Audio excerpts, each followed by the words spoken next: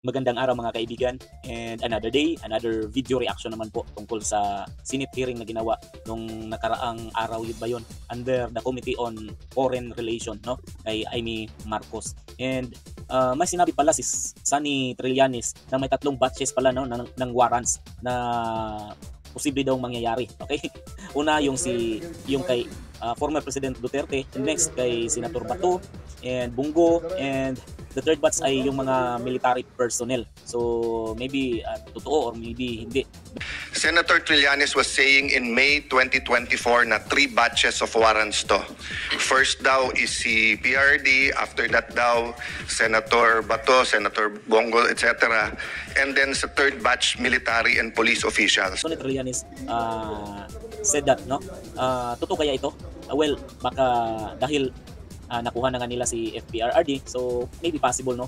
And during the Senate hearing, Senator Alan Cayetano reiterated or mentioned, no, binira talaga si former Senator De Lima, no, sa Senate hearing. Okay, kung bakit daw hihingi ng due process si former President Duterte.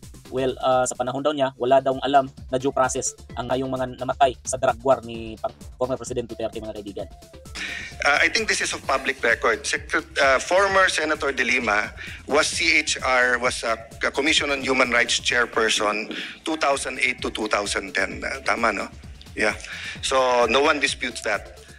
Sa pagkaalam ko, wala siyang final na case during that time na siya CHR. So I'll just check that, Madam Chair, and then submit it to the committee. But ang pagkaalam ko, walang case. Okay. But 2010 to 2015, siya ang DOJ Secretary. And Senator Alan Peter Cayetano explained what is the importance of due process, no? Kung paano mapangalagaan yung rights ng isang akusado. So as we're discussing naman SOJ, this is factual lang naman, di ba? May case ba, wala? We're not making judgments dun sa cases. But ang point ko kasi, kung walang case, bakit? Kasi kung walang ebidensya, no point for ICC to take it up kasi wala ngang ebidensya.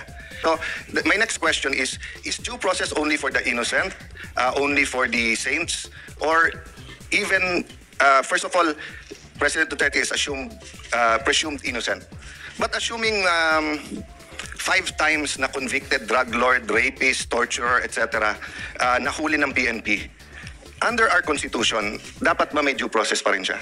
Yes, Your Honor, if you look at the text of the Constitution, there are no names that are excluded from its application. So even if a person, whether he's a private citizen or government, is accused of not giving due process, that's the beauty of the Constitution, di ba?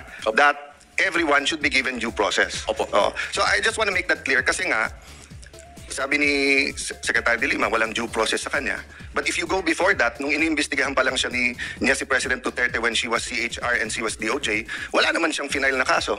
So sabi naman ni President Duterte, nung mayor pa lang siya, wala akong due process, sinasabi na niya na guilty ako.